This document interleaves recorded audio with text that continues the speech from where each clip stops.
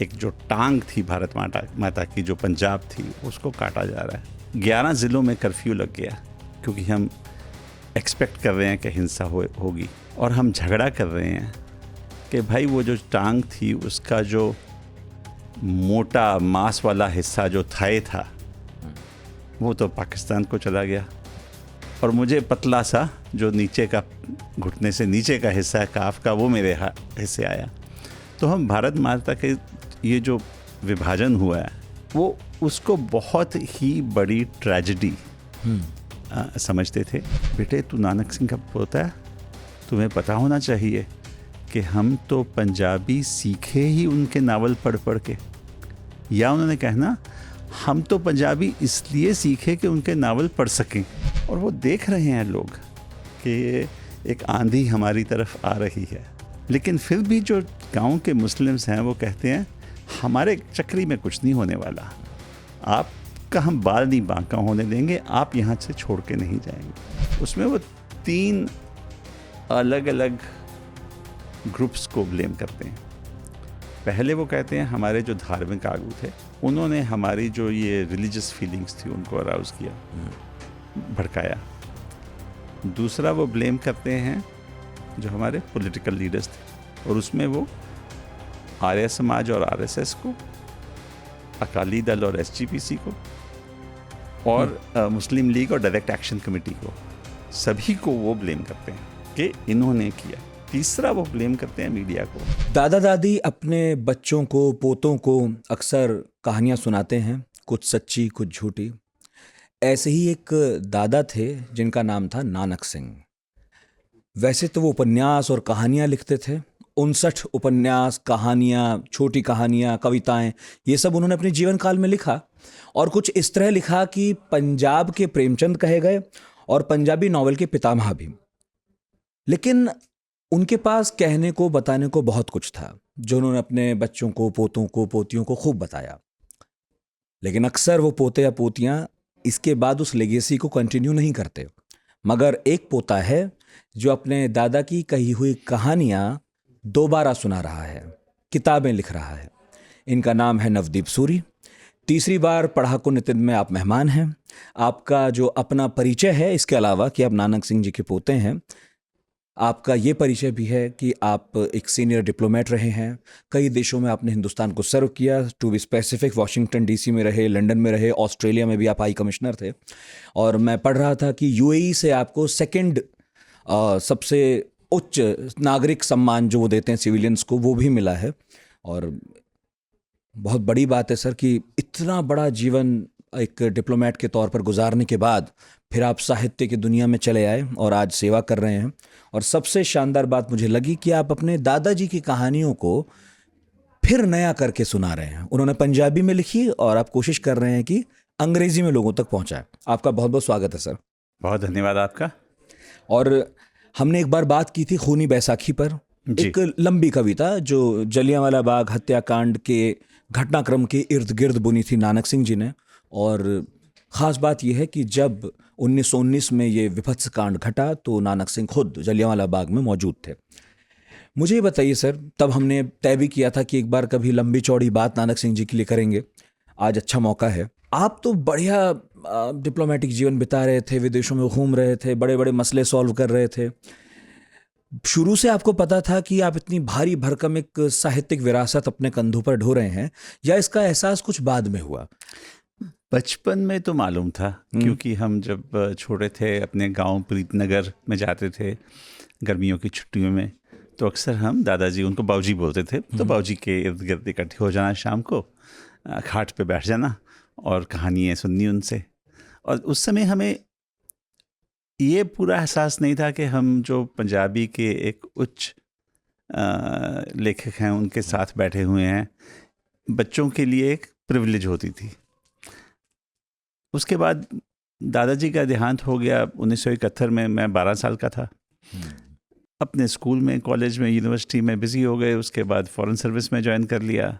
तो fast forward अगर हम करें 1997 में, तो दादाजी की सेंटेनरी थी, शताब्दी मनाई जा रही थी। और सबब की बात है कि उस समय एक पंजाबी प्रधानमंत्री थे, इंद्र कुमार गुजराल। और वो दादाजी के उपन्यासों के बहुत ही उपासक थे। तो उन्होंने बड़े धूमधाम से सेलिब्रेशन की नानक सिंह जी की सेंटेनरी की। और 7 रेस कोर्स रोड उस समय कहते थे, तो 7 RCR में उन्होंने प्राइम मिनिस्टर के रेजिडेंस में एक खास फंक्शन आयोजन किया। डाक टिकट भी जारी किया, डाक टिकट जारी की, फर्स्ट डे कवर जारी किया, और अखबारों में उस समय काफ़ी चर्चा हुई। तो बात कहीं फैलती फैलती अमेरिका तक भी पहुंच गई। तो मैं उस समय वॉशिंगटन में हमारी जो एम्बेसी है वहाँ पर फर्स्ट सेक्रेटरी था, डिप्लोमेट था। तो अचानक मुझे इनविटेशंस आने लगे।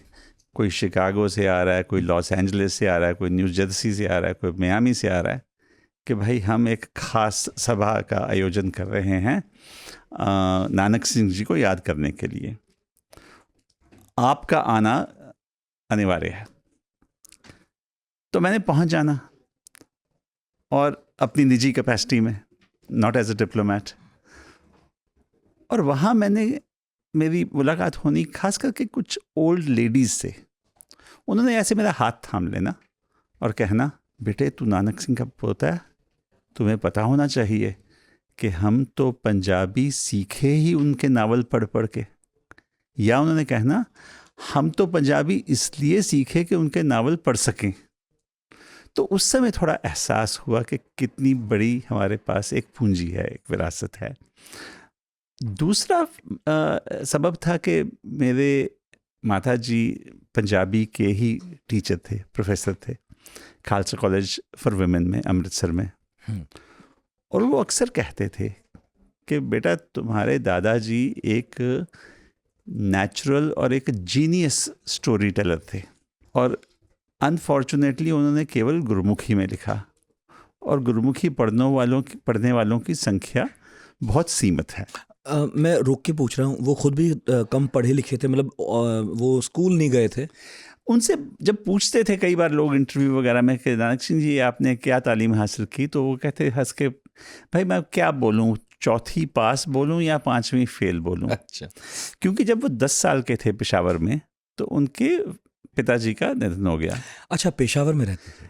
जन्म उनका झेलम ज़िले में हुआ था। वाह। और 9 साल की उम्र में उनके पिताजी, छोटी सी उनकी किराने की दुकान थी पेशावर में, तो उनको बुला लिया कि बेटे तुम दुकान में बैठो और मदद करो। 1 साल के बाद उनकी अपनी डेथ हो गई। तो दादाजी मेरे यतीम तो हो गए, लेकिन एल्डेस्ट थे फैमिली के भी। तो कुछ दुकान चलाना, घर का खर्चा चलाना, सारी जिम्मेवारी 10 साल की उम्र पे उनके ऊपर पड़ी। तो उनकी पढ़ाई तो वहीं ख़त्म हो गई। सो उनकी फॉर्मल एजुकेशन नहीं थी, लेकिन फिर भी हम पीछे एक गुरु नानक देव यूनिवर्सिटी अमृतसर में हमने एक फाउंडेशन बनाई छोटी सी, और उसके साथ एक सेंटर बनाया उनका, नानक सिंह सेंटर। तो हम इकट्ठा कर रहे थे मटेरियल उनके बारे में, और मुझे खुद ताज्जुब हुआ कि 60 से ऊपर लोग अपनी मास्टर्स और PhD की डेजर्टेशन जो है उनके काम के ऊपर कर चुके हैं, जो बंदा खुद पढ़ाए भी नहीं था। तो मेरे लिए जो इनकी किताबों की अनुवाद की जो प्रेरणा समझिए, वो मेरी मदर से थी। अच्छा। उन्होंने कहना कि देखो तुम ही हो फैमिली में जिसकी अंग्रेज़ी थोड़ी ठीक ठाक है, तुम्हारी एक जिम्मेवारी बनती है कि तुम कोशिश तो करो। और मैंने कहना, मैं कहाँ मेरे में काबिलियत है तर्जुमा करने की, अनुवाद करने की।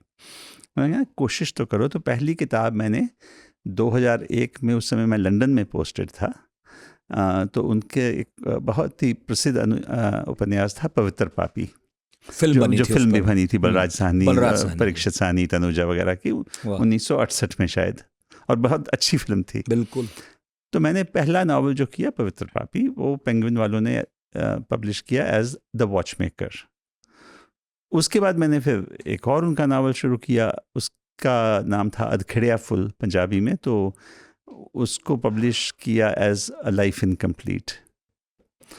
तो उस समय तक मुझे थोड़ा सा एहसास हुआ कि ये एक ज़रूरी काम है। जो उन्होंने कहानियाँ कहीं, उनकी ये आज भी एक अहमियत है। आज भी उनको पढ़ने के बाद हमें उस समय के बारे में क्या हालात थे, किस तरह लोग ट्रैवल करते थे, किस तरह रहते थे, एक असलियत हिस्ट्री की उनके उपन्यासों से हमें पता चलती है। सो करना चाहिए। और फिर मैं जब सोच रहा था कि अब अगला कौन सा करूं, तो 2018 की बात है शायद, तो घर में बातचीत चली, तो उन्होंने कहा भाई अगले साल जलियांवाला बाग की शताब्दी है, तो आप खूनी वैसाखी उनकी जो कविता थी उसको ट्राई कीजिए। वो हो गई। तो उसके बाद जब मैं सोच रहा था कि नेक्स्ट कौन सा किया जाए, तो मैंने देखा कि आज़ादी का अमृत महोत्सव मनाया जा रहा है, 75 ईयर्स ऑफ इंडिपेंडेंस सेलिब्रेट हो रहे हैं। तो बाबूजी के दो बहुत ही प्रसिद्ध, बहुत ही अहम उपन्यास, पंजाबी में उनका नाम अगदी खेड और खून दे सोहले, तो ये दो उनके बड़े मशहूर पार्टीशन नॉवेल्स कहे जाते हैं। और मैंने सोचा इनको ट्राई करते हैं, इनका अनुवाद करते हैं, क्योंकि जब हम 75 ईयर्स ऑफ इंडिपेंडेंस सेलिब्रेट कर रहे हैं, तो शायद हमें ये भी सोचना चाहिए कि उनकी कीमत किसने अदा की और कितनी बड़ी अदा की। हमारे फ्रीडम फाइटर्स ने तो की ही, लेकिन बंटवारे के साथ जो नुकसान हुआ वो भी हमें याद रखना चाहिए। और ये दोनों ही नावल जो हैं उस बंटवारे के बारे में हैं। नानक सिंह जी की जो कविता है खूनी बैसाखी, उसकी कहानी बहुत इंटरेस्टिंग है। आपने एक बार सुनाई भी थी कि किस तरह वो कविता बैन हो गई थी। उसके बाद आपके यहाँ भी बस एक सूचना भर थी कि शायद कोई ऐसी कविता लिखी तो गई थी, और फिर आपने उसे कैसे ढूंढा, कैसे पाया, तो वो तो मैं फिर से सुनूंगा ज़रूर। जिन्होंने नहीं सुनी उन्हें सुननी चाहिए। मगर ये बात तो है सर कि एक लेखक सिर्फ एक लेखक नहीं होता, बल्कि जो उसके अपने तजुर्बे होते हैं, जो वो जीता है, उससे बहुत कुछ उसके अंदर आता है, वो उसे प्रेरित करता है, फिर वो कोई विषय वस्तु चुनता है। नानक सिंह जी ने 38 के करीब उपन्यास लिखे हैं। वो एक ऐसे भारत में रहते थे जो अविभाजित था, पंजाब तब संयुक्त था, और चूंकि उनका जन्म जब हुआ तो उस वक्त भी जितना मुझे अब याद आ रहा है, तो पंजाब बहुत एक खदबदाहट में था। वहाँ पर भगत सिंह जैसे लोग पैदा हो रहे थे, गांधी जैसे लोगों का दौरा हो रहा था, तो आज़ादी की बयार बह रही थी पंजाब में। फिर जब विभाजन हुआ 47 में, वो पंजाब भी उन्होंने देखा, और आप लोग अमृतसर रहने लगे थे। मैं ये समझना चाह रहा हूँ कि आपने लगभग या सब कुछ ही पढ़ा होगा उनका। हमारे यहाँ से हिस्से तो 2-3 चीज़ें आई। पंजाब का विभाजन या पंजाब में हिंदू मुस्लिम समीकरण, उसे वो कैसे देख रहे हैं अपने उपन्यासों में? तो अगर हम वापस बात करें खूनी वैसाखी की, तो उसमें एक बहुत ही अच्छा, बहुत ही एक पावरफुल सेक्शन है। 13 अप्रैल को वैसाखी का दिन था जब जलियांवाले बाग में जनरल डायर ने गोली चलाई। 9 अप्रैल को रामनवमी थी, और उस कविता में एक सेक्शन है पूरा कि किस तरह धूमधाम से हिंदुओं, सिखों और मुसलमानों ने मिलकर रामनवमी मनाई। और कुछ सबब की बात यह भी थी कि जो 2 मेन लीडर थे अमृतसर के, वो डॉक्टर सत्यापाल और सैफुद्दीन किचलू, एक हिंदू और एक मुसलमान थे। और जिस तरह में उनका आपस में प्रेम था, तालमेल था, तो ये एक एग्जाम्पल बन गया। और कहा जाता है जब Hunter commission of inquiry appoint की गई थी कि क्यों हुआ जलियांवाला बाग कांड, कैसे हुआ, तो जो अमृतसर के उस समय डिप्टी कमिश्नर थे माइल्स डेविस, उन्होंने हंटर कमीशन में ये टेस्टिमनी दी कि जिस तरह से हिंदू और मुसलमान इकट्ठे एक ही गिलास से पानी पी रहे थे, एक ही प्लेट से खाना खा रहे थे, हमें, उसने अंग्रेजी में बोला कि we found it very sinister, कि ज़रूर ये कुछ कॉन्स्पिरेसी पक रही है अंग्रेज़ के खिलाफ। तो वो बहुत बढ़िया बाबूजी ने जो डिस्क्राइब किया है 1919 का। और अब जब हम विभाजन की, ये पार्टीशन की दोनों नॉवल देखते हैं, तो 2 अहम चीज़ें जो मैं समझता हूँ उन्होंने कही। एक तो उन्होंने कंट्रास्ट किया 1947 में का कि 28 साल में हमें क्या हो गया। 28 साल पहले 1919 में हम इकट्ठे सब अंग्रेज़ के खिलाफ लड़ रहे थे। गुस्से में हमने अंग्रेज़ों की वो बैंक की बिल्डिंग और टाउन हॉल और उनको भी आग लगा दी। आज 28 साल बाद हम एक दूसरे की छाती में छुरी भोंक रहे हैं, एक दूसरे के घर जला रहे हैं। और वो कहते हैं कि जो भी मुझे थोड़ा बहुत भी जानता है वो ये तो ज़रूर जानता है कि नानक सिंह की बॉडी का ज़रा ज़रा जो है वो भारत की इंडिपेंडेंस के लिए सहक रहा था कि 200 साल के बाद हमें कब आज़ादी मिलेगी। लेकिन आज 1947 में जब मैं ये किताब लिख रहा हूँ तो मुझे ये एक सवाल अपने आप से पूछना पड़ेगा कि हमने अपनी इंसानियत खोली आज़ादी हासिल करने के प्रोसेस में, तो क्या फ़ायदा इस आज़ादी का जब हमने अपनी इंसानियत ही खो दी।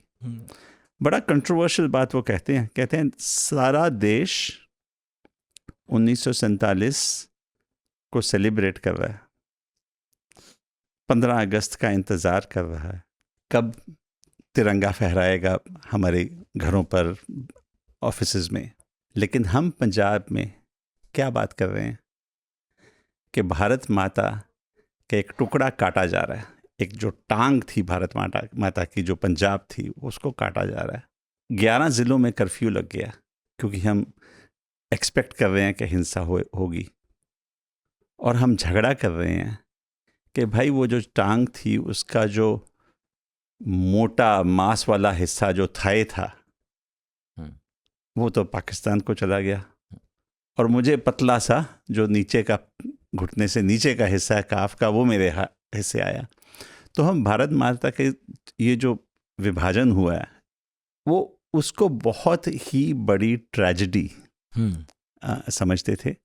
और उन्होंने एक जगह बहुत खूबसूरत लिखा है कि देश भर में जश्न मनाए जा रहे हैं, गीत गाए जा रहे हैं आज़ादी के। हमारे लिए हमने तो या गोलियां सुनी या बम सुने या लोगों की कुटलाहट सुनी। तो हमारे लिए वो पंजाबी में कहते हैं जो वो गीत हैं वो खून दे सोहले, हिम्स इन ब्लड, और ये जो सब पटाखे चल रहे हैं आज़ादी के लिए, हमारे लिए it is a game of fire. तो ये उनके दोनों नावल जो थे उनके टाइटल्स भी थे, हिम्स इन ब्लड जो खून दे सोहले, और अ गेम ऑफ फायर आग दी खेड़। तो बहुत उन्होंने खूबसूरत बयान किया कि उनकी उस समय क्या इमोशंस थी कि इतने 200 साल के बाद आज़ादी मिली लेकिन इतना खून खराबा देखा कि सब वो माहौल उनके लिए ख़त्म हो गया। यही मैं पूछना चाह रहा था कि वो पेशावर में थे, वहाँ दुकान चला रहे थे। जब मेरी आपसे पिछली बार बात हुई तो आपने बताया कि आपका घर जलियांवाला बाग के बहुत ही करीब अमृतसर में है। वो कौन सा दौर था जब नानक सिंह वहाँ से, यानी कि अब जो हिस्सा पाकिस्तान में है, वहाँ से हिंदुस्तान आ गए थे? तो वो पेशावर में रहे 1918 तक। तो जब उनकी उम्र 21 साल के करीब थी, उस दौरान वो खुद अपनी ऑटोबायोग्राफी में, उसका नाम है मेरी दुनिया, काफ़ी प्रसिद्ध किताब है जी, उसमें लिखते हैं वो कि मैं जब 14-15 साल का था तो समझ लीजिए कि आदतें बिगड़ गई थी। म्यूज़िक का शौक़ था, कुछ कविता का शौक़ था, और अक्सर दोस्तों ने महफिल में बुला लेना कि भाई नानक हंसराज, और उनका जन्म जो हुआ था हिंदू परिवार में, बहादुर चंद सूरी के उनके फादर का नाम था, तो उनका ओरिजिनल नाम हंसराज था। तो हंस तू आके कुछ कविता सुना, कुछ गाना सुना दे, और शराब वगैरह का भी माहौल बन जाना। तो वो बड़े निराश थे अपनी ज़िंदगी के साथ कि मैं क्या कर रहा हूँ। और वहाँ पेशावर में एक बड़ा प्रसिद्ध गुरुद्वारा था। वहाँ एक जो बड़े कहते हैं सेंटली, बड़े ही पढ़े लिखे स्कॉलरली एक ग्रंथी थे, ज्ञानी बाग सिंह। तो ज्ञानी बाग सिंह ने बोला, भाई तू अच्छा, तेरे में टैलेंट है गाने वाने का, तो हमारा एक शब्द कीर्तन का जत्था है, तो उसको क्यों नहीं ज्वाइन कर लेता। उन्होंने किया, उसमें उनको एक खुशी भी मिली। धीरे धीरे उन्होंने कुछ गुरबानी पढ़नी शुरू की, गुरु ग्रंथ साहब पढ़ना शुरू किया। उनको लगा कि ये तो भाई सही चीज़ है, और उन्होंने अपना सिखिज़म अडॉप्ट कर लिया, कन्वर्ट कर गए, और हंसराज से उन्होंने अपना नाम नानक सिंह रख लिया। तो जब बंदा कोई भी एक नई रिलीजन अडॉप्ट करता है तो वो एक कहते हैं ना, zeal of the new convert. बिल्कुल। हाँ, तो उन्होंने फिर अपना जो उनका टैलेंट था कविता के लिए, म्यूज़िक के लिए, उसको इस्तेमाल किया और उन्होंने अपनी पहली जो पुस्तक लिखी वो थी कविताएं जो सिखों के 10 गुरु हैं उनकी प्रेज में। हाँ, तो उसका नाम था सतगुरु महिमा। और वो इतनी प्रसिद्ध हुई कि उसकी मशहूरी के कारण उन्होंने सोचा कि अब पेशावर छोड़ के तो अमृतसर आना चाहिए। अच्छा। तो 1918 में वो अमृतसर आ गए। इसीलिए वो 1919 में जब ये जलियांवाला बाग साका हुआ तो ऑलरेडी वो अमृतसर में आ चुके थे उस समय। अभी भी आपका घर वहीं है? वो घर तो काफ़ी साल पहले टूट भी गया, छूट भी गया। दादाजी मेरे खुद प्रीतनगर में शिफ्ट कर गए थे, जो एक छोटा सा गांव समझ लीजिए, कस्बा समझ लीजिए। वो वहाँ से लाहौर और अमृतसर का सेम डिस्टेंस था। और ये एक बड़ा उस 1930-31 के आसपास एक बड़ा एक एक्सपेरिमेंट था कि किस तरह हम एक कम्युनल, एक कॉमन राइटर्स के लिए, इंटेलेक्चुअल्स के लिए एक जगह बने जहाँ वो अपना लिखें और अपने आदर्शों का पालन करें। तो वो प्रीतनगर शिफ्ट कर गए थे और हमारा अब भी उनका जो घर है प्रीतनगर में वो हम प्रिजर्व कर रहे हैं। हाँ, देखिए बहुत इंटरेस्टिंग है ये, क्योंकि हिस्ट्री तो हम सब पढ़ते हैं और हिस्ट्री में विभाजन के बारे में, स्वतंत्रता आंदोलन के बारे में, हमारे स्वतंत्रता सेनानियों के बारे में बहुत कुछ है।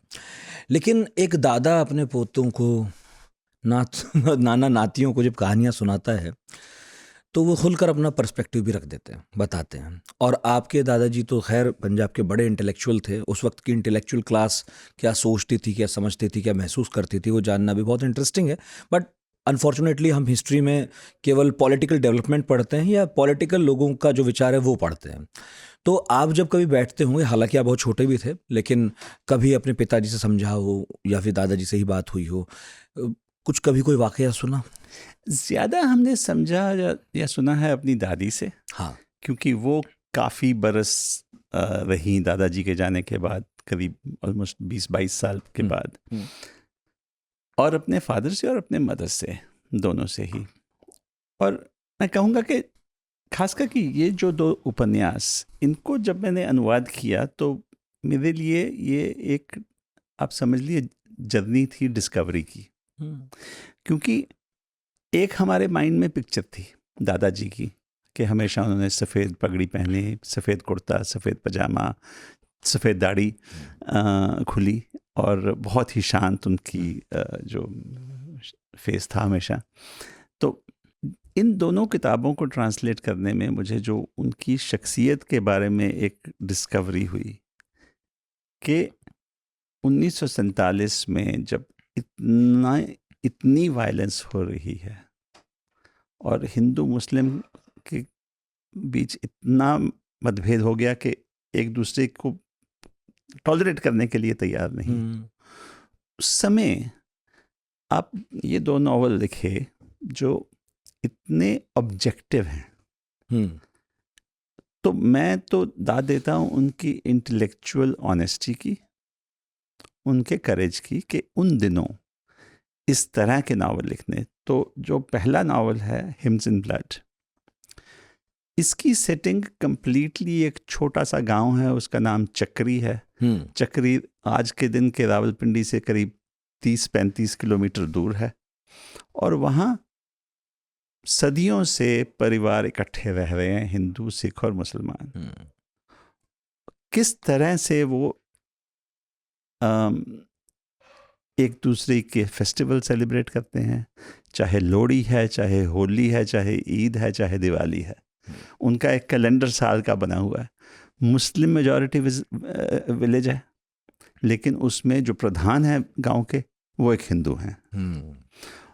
और किस तरह 1946 से जो एक ये मुस्लिम लीग की तरफ से पाकिस्तान की डिमांड चलती है, उसके साथ एक कम्यूनल हवा सी फैलनी शुरू हो जाती है और वो देख रहे हैं लोग कि एक आंधी हमारी तरफ आ रही है।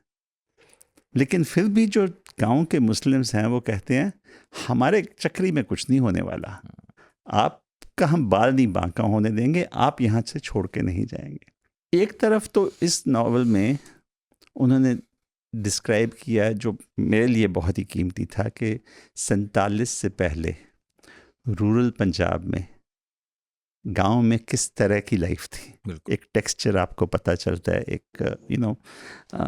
लोगों की आदतें, जिस तरह विजुअली वो लोहड़ी का फेस्टिवल बयान करते हैं फॉर एग्जांपल, लड़के लड़कियां किस तरह नाच रहे हैं, गा रहे हैं, घूम रहे हैं, किस तरह के गीत सुनाते हैं।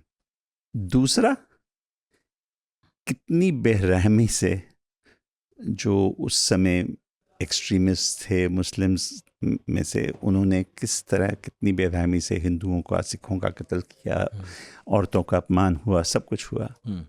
लेकिन उस सिनेरियो में भी कुछ मुस्लिम परिवार हैं जो कहते हैं कि हम अपनी जान दे देंगे, और एक्चुअली देते हैं अपने पड़ोसियों को बचाने के लिए, राइट। तो आप एक रियलिटी समझते हो, और इस नावल का अंत होता है कि ये परिवार जो है, हिंदू जो प्रधान थे गांव के वो, और एक मुस्लिम फैमिली की डॉटर जिसको उन्होंने अडॉप्ट किया होता, वो बस 2 ही बचते हैं सारे ख़ानदान में से जो किसी तरह अमृतसर पहुंच जाते हैं।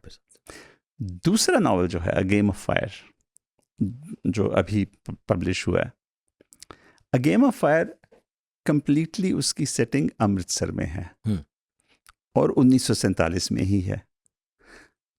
तो दूसरी मेरे लिए जो डिस्कवरी थी, एक तो थी कि किस तरह बाऊजी ने डिस्क्राइब किया लाइफ वहाँ की, पाकिस्तान में जो एरियाज हैं एक गांव की। दूसरा, किस तरह वो देखते हैं जो अमृतसर में हो रहा है, और मैं उनको डिस्कवर कर रहा हूँ उनकी राइटिंग के थ्रू।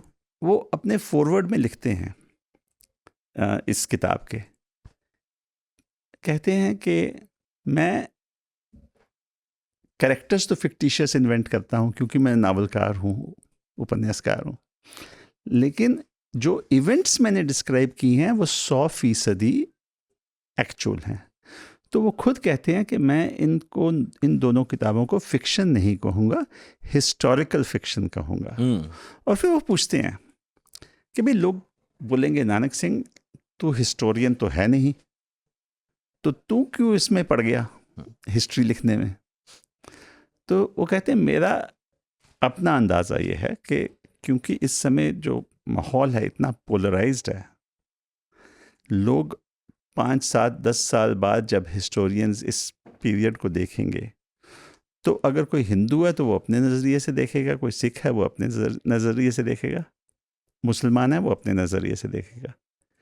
मैं वो बयान करना चाहता हूँ जो मैंने खुद देखा, और ये इसमें इस सच्चाई में किसी को नाराज़गी होगी, मेरे दोस्त कुछ मुझसे नाराज़ भी होंगे, लेकिन सो बी इट।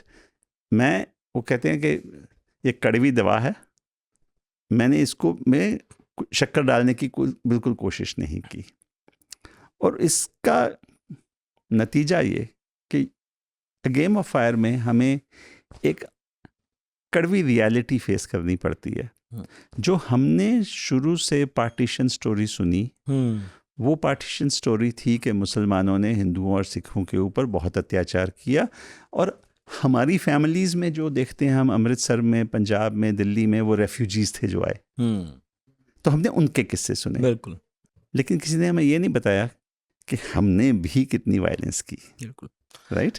और अमृतसर शहर में जो मेरी दूसरी डिस्कवरी थी कि बाऊजी इस किताब में, उनमें ये कहने की जुर्रत है, एक सतनाम सिंह एक किताब में कैरेक्टर है, और वो जैसे सेमी ऑटोबायोग्राफिकल है, जो कुछ एक इंसिडेंट्स हैं वो बाऊजी के साथ खुद हुए, नानक सिंह जी के साथ अमृतसर में, और उन्होंने बयान किए हैं कि किस तरह वो एक इनोसेंट वुमेन और चिल्ड्रन के ऊपर सिख लोग अटैक कर रहे हैं, उन्होंने बचाने की कोशिश की, उन्होंने बोला, गाली दी, शाउट किया कि खालसा जी आप समझते नहीं हो गुरबाणी में क्या बोला है, किसी निहत्थे पे वैर नहीं करना, ये आप क्या कर रहे हैं। तो उस ज़माने में, उस समय में ये कहना कि हमने भी किया मैं समझता हूँ बहुत जुर्रत हाँ चाहिए। बिल्कुल, जब माहौल में इतना गुस्सा हो, जब एक दूसरे के प्रति इतनी नफरत हो, और तब ये कह देना कि हम भी कम नहीं थे भाई। और पहली किताब जो हिम्स इन ब्लड है वो फरवरी 48 में पब्लिश हुई। अ गेम ऑफ फायर जो है पहली बार सितंबर 1948 में पब्लिश हुई। तो मैं सोचता हूँ इनकी अहमियत ये है कि हमें एक ये कंटेम्पररी हिस्ट्री का अकाउंट बता रहे हैं। नावल तो हैं ही, एक बार पढ़ना शुरू कर दो तो आपसे छोड़ा नहीं जाता, लेकिन जो जिस तरह से वो उन्होंने आई विटनेस अकाउंट एक दिया है हमें, वो समझ आता है। दूसरा मुझे समझ आया अमृतसर के बारे में कुछ। मेरा जन्म अमृतसर में हुआ, मैं पहले 22 साल अमृतसर में मैंने गुजारे, स्कूल, कॉलेज, यूनिवर्सिटी। लेकिन जब मैं ये रिसर्च कर रहा था किताब के लिए, तो मैं चौंक गया कि 1941 का जो सेंसस था, लास्ट सेंसस था इंडिपेंडेंस से पहले, उसके हिसाब से अमृतसर में 46% मुस्लिम पॉपुलेशन थी। मैं ऐसे शहर में बड़ा हुआ जहां वर्चुअली कोई मुस्लिम नहीं थे। किस तरह से शहर का कैरेक्टर बदला। बिल्कुल, जैसे लाहौर से हिंदू और सिख का 50% ऑलमोस्ट पॉपुलेशन थी, राइट। तो किस तरह से शहर का कैरेक्टर बदला, किस तरह से शहर का कल्चर बदला। अपने ही शहर को समझने के लिए मुझे ये किताब पढ़नी पड़ी। सच बात। भारत के विभाजन के लेखक हैं नानक सिंह, और ये भी सच है कि जो लेखक होता है उसके पास अपनी बात कहने का ये टूल तो होता है, वो कहानियों में ढाल के, कभी कविताओं में ढाल के अपनी बात कह देता है।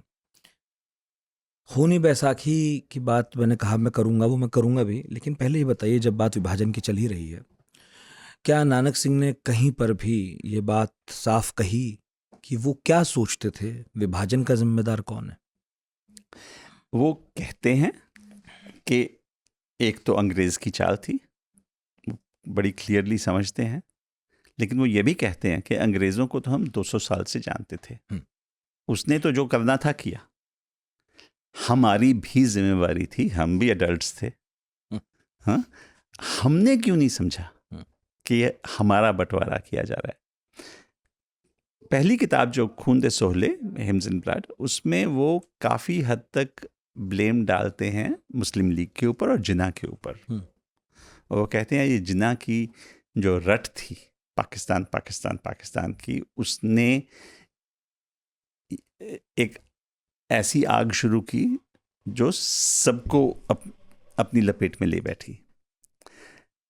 लेकिन दूसरी किताब में वो कहते हैं कि अगर हम इस action reaction violence counter violence के साइकिल में ना पड़ते, अगर हम थोड़ी समझदारी दिखाते, तो शायद इतनी खराब हालत ना होती कि कितना हिसाब लगाते हैं, 6 लाख 7 लाख लोग मारे गए, 50 लाख लोग इधर से उधर गए, उधर से इधर आए, अरबों की प्रॉपर्टीज़ का नुकसान हुआ, खरबों की। तो ये सब जो एक कैटास्ट्रोफी था, वो शायद ना होता अगर हमारे अपने ही लीडर्स थोड़ी सी विजडम दिखाते, थोड़ी सी सहनशीलता दिखाते। और वो कहते हैं कि जो अमृतसर में हुआ, जो उन्होंने देखा, उसमें वो 3 अलग अलग ग्रुप्स को ब्लेम करते हैं। पहले वो कहते हैं हमारे जो धार्मिक आगू थे, उन्होंने हमारी जो ये रिलीजियस फीलिंग्स थी उनको अराउज किया, भड़काया। दूसरा वो ब्लेम करते हैं जो हमारे पॉलिटिकल लीडर्स थे, और उसमें वो आर्य समाज और आरएसएस को, अकाली दल और एसजीपीसी को, और मुस्लिम लीग और डायरेक्ट एक्शन कमेटी को, सभी को वो ब्लेम करते हैं कि इन्होंने किया। तीसरा वो ब्लेम करते हैं मीडिया को, कहते हैं कि जिस तरह से लाहौर की जो उर्दू प्रेस थी, जिस तरह वो हमें रूमर्स को फैलाते थे, जिस तरह वो मनगढ़ंत कहानियों को कि फलाने गुरुद्वारे को आग लग गई, फलाने मंदिर को जला दिया गया, ऐसे किया गया, सिखों और हिंदुओं को अमृतसर में भड़काने के में लाहौर की प्रेस का काफ़ी रोल था। रेफ्यूजी से कहानियाँ तो सुन ही रहे थे, लेकिन जिस तरह बढ़ा चढ़ाकर उनको बोला जाता। सिमिलरली वो जो अमृतसर की प्रेस थी, उसको भी उतना ही ब्लेम करते हैं। तो वे कहते हैं कि मीडिया से थोड़ा सा बच के रहिए, क्योंकि मीडिया जिस तरह से एक बात को एम्पलीफाई कर देता है, तो अगर ऑलरेडी कहीं आग लगी होगी तो उसको फर्दर उसको तेल डालने वाली बात होती है। ये बताइए, आप दुनिया घूमे, दुनिया में रहे, अलग अलग तरह के पब्लिक इंटेलेक्चुअल्स से मुलाकात हुई है आपकी, और विभाजन की जो एक कहानी है ये हिंदुस्तान तक या पाकिस्तान तक महदूद तो रही नहीं, बल्कि इस पर तो बहुत बातें हुई हैं। छोटी बात नहीं है, दो देशों का बनना और धार्मिक आधार पर लाखों लोगों का इधर से उधर चले जाना। सिर्फ ऐसा भर नहीं है कि सामान उठाया और उधर बस गए, बल्कि बहुत सारी यादें पीछे छूटती हैं और कई कई पीढ़ियां उससे प्रभावित रहती हैं। ये जो विभाजन हुआ, और हम पाकिस्तान वाले ये सब तो बात करते हैं खूब, लेकिन जब आप लंदन में थे, अंग्रेज इसे कैसे देखते हैं? आज उन्हें कैसे बताया पढ़ाया जाता है? वो इसे अपनी कोई गलती मानते हैं या उनके लिए एक बड़ी डिप्लोमेटिक जीत थी जो फाइनली उनकी हार में बदल गई? वैसे अंग्रेज इसको अपनी गलती तो बिल्कुल नहीं समझते। एक्चुअली जनरलाइज नहीं करना चाहिए। जो सीरियस हिस्टोरियंस हैं वो फील करते हैं कि जिस तरह माउंट बैटन ने इतनी जल्दी में सब कुछ किया, जिस तरह रैडक्लिफ को भेजा गया, उसको कुछ भारत का इल्म नहीं था, कुछ पता भी नहीं था, और जिस तरह उसने मोटे एक नक्शे पे मोटी लाइन लगाई, बस एक बार हेलीकॉप्टर से घूम के मोटी लाइन लगाई, मानचित्र लिया और बना दिया। तो वो तो मैटर ऑफ हिस्ट्री है। कुछ एक दस्तावेज ये भी कहते हैं कि वो चाहते नहीं थे कि एक यूनाइटेड इंडिया हो, इतना पावरफुल हो कि, और उस समय उनको ये भी था कि चाहे नेहरू थे, चाहे पटेल थे, चाहे गांधी जी थे, बहुत इंडिपेंडेंट माइंडेड लीडर्स थे, जो बड़े क्लियर थे कि हमने 200 साल गुलामी कर ली, अब हमें आगे बढ़ना है।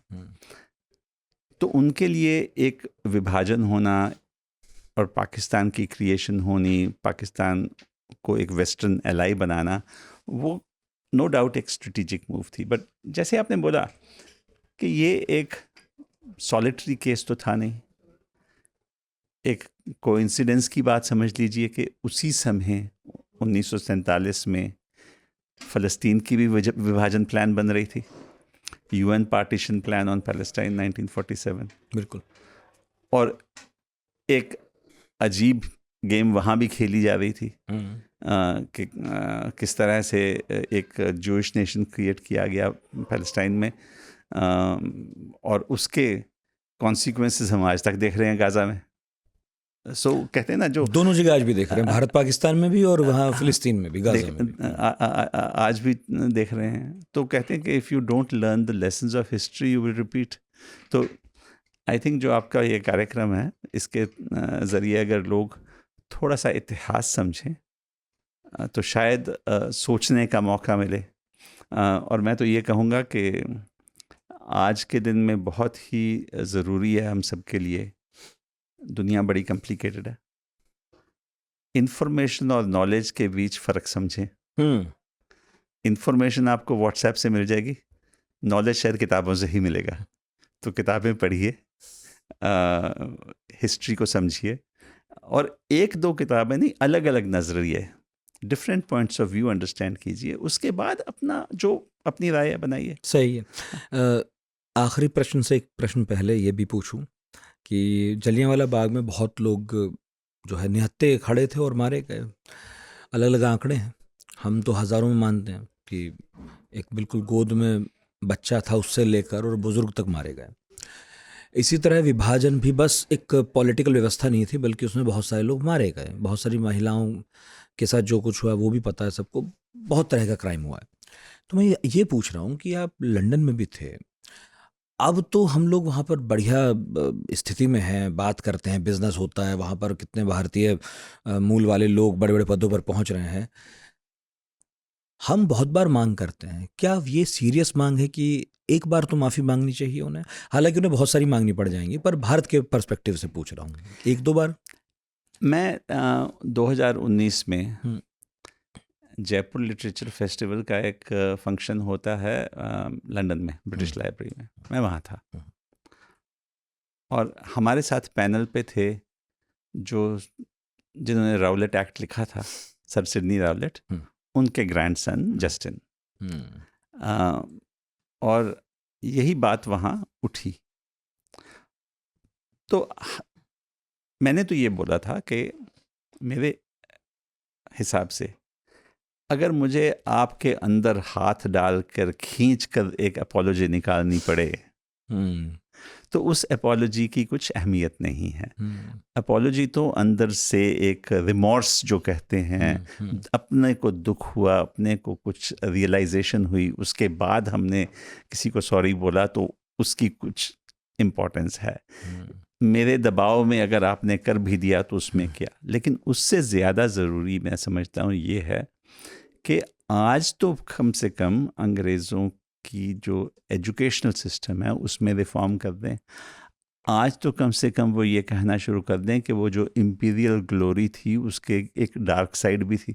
बिल्कुल। हाँ, कि उस इम्पीरियल ग्लोरी में ऐसे अत्याचार भी हुए, ऐसे मैसेकर भी हुए, क्योंकि इनको आप समझिए वाइट वॉश किया गया है उनके करिकुलम में। वहाँ भी ये हो रहा है, जी जो आरोप पाकिस्तान की पाठ्यक्रम पे लगते हैं हमारे वाले पर भी लगते हैं या अंग्रेजों वाले पे भी लगते हैं। बिल्कुल 100%। और उस समय जो हमने इवेंट किया था ब्रिटिश लाइब्रेरी में, वहाँ जब हमारी ये डिस्कशन हुई जलियांवाला बाग के बारे में, तो कई सेकंड थर्ड जनरेशन इंडियंस जिनका जन्म वहाँ, उनके फादर का जन्म वहाँ, वो बैठे थे ऑडियंस में और वो हैरान थे कि हमने तो कभी स्कूल में इसके बारे में नहीं पढ़ा। क्या बात कर रहे हैं, तो उन्हें पता ही नहीं। तो इसीलिए हमने ये बोला कि अपॉलोजी छोड़िए, एजुकेशन का सिस्टम ठीक कर लीजिए। कम से कम जो तारीख में हुआ है आपके बच्चों को भी, नेक्स्ट जनरेशन को भी पता चले। नहीं तो हमारी जिम्मेवारी बन जाएगी कि हम खूनी वैसाखी को इंग्लिश में ट्रांसलेट करें और उनके तक पहुँचे। हालांकि अभी भी मुझे लगता है जलियांवाला बाग पर बहुत कम लिखा गया है, बहुत कम बताया गया। जितनी बड़ी घटना है और इस घटना के बाद जो कुछ बदला है हिंदुस्तान में जहन के लेवल पर। रामचंद्र गुहा कहते हैं कि ये एक माइलस्टोन था जब तब तक अंग्रेज का असेंट चल रहा था, ऊपर तक की तरफ जा रहे थे। दिल्ली में इंपीरियल कैपिटल न्यू दिल्ली का बन रहा था। लेकिन 1919 के जलियांवाला बाग के हादसे के बाद टैगोर ने नाइटहुड छोड़ दी। गांधी जी जो तब तक अंग्रेजी कानून में बिलीव करते थे वो नेशनलिस्ट बन गए। प्रजा हूँ, वो नेशनलिस्ट, हाँ ये भाषा थी लेकिन वो नेशनलिस्ट वो बिल्कुल बदल गए। उन्होंने खुद कांग्रेस की कमेटी चेयर की जिसने मैसेकर में इन्वेस्टिगेशन की। बहुत सारे लड़के क्रांतिकारी बन गए, बहुत सारे लड़के क्रांतिकारी बन गए। और उससे आप समझिए कि 28 साल में अंग्रेज सरकार का, अंग्रेज हुक्म का अगर ग्राफ बनाए तो हाँ बिल्कुल वो एक हाई पॉइंट था। बिल्कुल उसके बाद नीचे ही गिरा है। उसके बहुत कोशिश की डैमेज कंट्रोल की तरह तरह से। तो हमारी इंडिपेंडेंस स्ट्रगल में ये एक बहुत बड़ा, अगर हम 1857 को मानते हैं, उसके बाद 1919 भी उतना बड़ा एक माइलस्टोन। बिल्कुल इंपॉर्टेंट है, बहुत कम बोला लिखा गया। लेकिन मेरा आखिरी सवाल, और आपने रॉलेट साहब का भी जिक्र कर ही दिया, खूनी बैसाखी जो कविता है वो हम मानते हैं कि नानक सिंह चूंकि खुद खड़े थे जलियांवाला बाग में और सौभाग्य से वो बच गए और निकल कर आए, उन्होंने खूनी बैसाखी लिखी।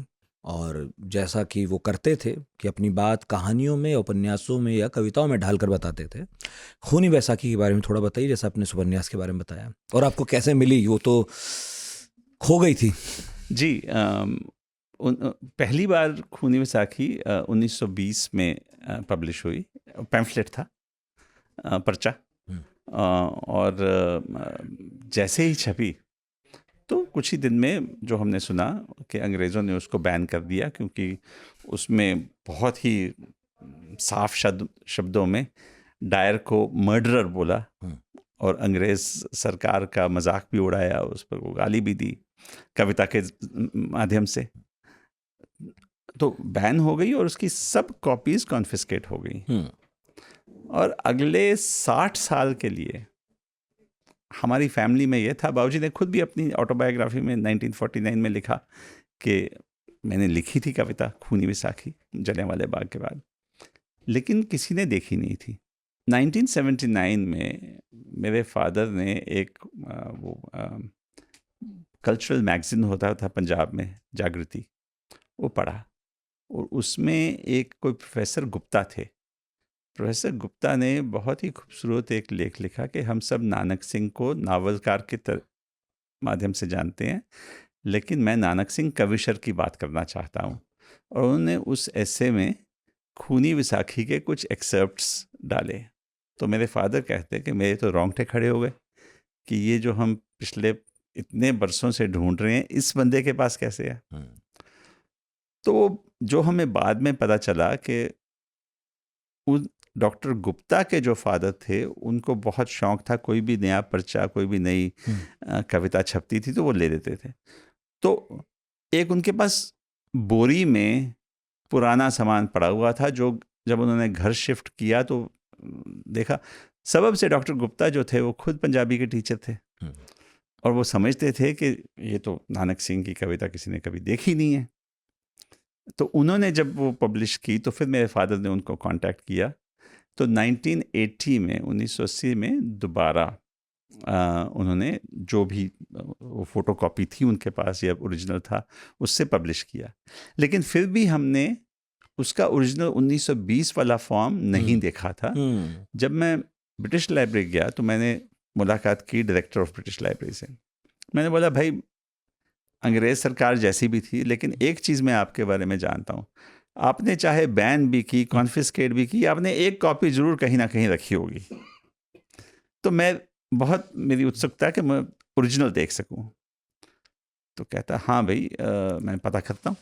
तो अगले दिन उसने बताया कि हाँ, हमारे यॉर्कशायर में स्टोरेज है और वहाँ ज़रूर एक कॉपी है। उसकी इस समय कंडीशन जो है बड़ी फ्रेजाइल है, फ़ोटो कॉपी भी उससे बनानी मुश्किल है, आप हमें थोड़ा सा समय दीजिए, हम आपके लिए बनाएंगे। तो वो समझ लीजिए कि पूरे 100 साल के बाद हमें उस ओरिजिनल की एक ज़ेरॉक्स कॉपी जो है ब्रिटिश लाइब्रेरी के माध्यम से मिली। और फिर आपने उसे ट्रांसलेट नए सिरे से ट्रांसलेट किया और संयोग बना, जो आपने भी बताया कि रॉलेट साहब के नाती, उनसे आपने उसकी भूमिका लिखवाई। उन्होंने एक ऐसे लिखा उस किताब में, उसका शीर्षक था for the sins of my grandfather. उन्होंने तो मान लिया, कोई और माने ना माने जी, सच्चे पत्रकार थे वो। गलतियां मान ली। बिल्कुल ठीक। बहुत रोंगटे खड़े करने वाली बात है ये, क्योंकि एक व्यक्ति जिसने अपनी आंखों के सामने उस तरह का हिंदुस्तान देखा जो आज हम बस किताबों में पढ़ते हैं, फिर जिस व्यक्ति ने 1919 का वो नृशंस हत्याकांड देखा जिसके बारे में सुनकर आज भी नाराज़गी होती है, गुस्सा आता है, और फिर उसी व्यक्ति ने बटा हुआ हिंदुस्तान, बटा हुआ पंजाब देखा जिसे याद करके अभी भी हमारा दिल रोता है, और वो व्यक्ति अपनी आंखों के सामने ये सब कुछ होता देखता है और फिर अपनी कविताओं में, अपनी कहानियों में, उपन्यासों में ढालता है। मैं तो ज़रूर कहूँगा कि ये कहानियाँ, ये कविताएं, ये उपन्यास पढ़े जाने चाहिए। और अब आप जो सेवा कर रहे हैं, क्योंकि गुरुमुखी में सब कुछ लिखा था लेकिन अब आप उसे अंग्रेज़ी में ले आए, तो मैं कहूँगा कि अ गेम ऑफ फायर और हिम्स इन ब्लड इन्हें हिंदी में भी आना चाहिए, और जो हिंदी पढ़ते हैं लोग उन तक भी ये बात पहुंचनी चाहिए, क्योंकि सिर्फ कविता कहानी नहीं है बल्कि इतिहास का टुकड़ा है। बिल्कुल वो भी किसी ने सामने देखा है। जी, तो ये मेरा आग्रह रहेगा। और अंत में आप कुछ जोड़ना चाहें तो आप जोड़ सकते हैं। नितिन जी, आपकी बहुत मेहरबानी। आपके साथ आज काफ़ी आराम से बातचीत हुई। मैं तो यही कहूँगा कि हमारी एक जिम्मेवारी है कि हम अपना इतिहास समझें, और ये जो दो किताबें हैं, हिम्स इन ब्लड और अ गेम ऑफ फायर, ये एक अपॉर्चुनिटी समझ लीजिए कि जो पंजाबी नहीं पढ़ सकते लेकिन अंग्रेज़ी पढ़ सकते हैं, तो उनके लिए तो कम से कम एक अपॉर्चुनिटी है कि वो इन किताबों के थ्रू अंडरस्टैंड कर सकें। बिल्कुल, बहुत बहुत शुक्रिया सर आपका।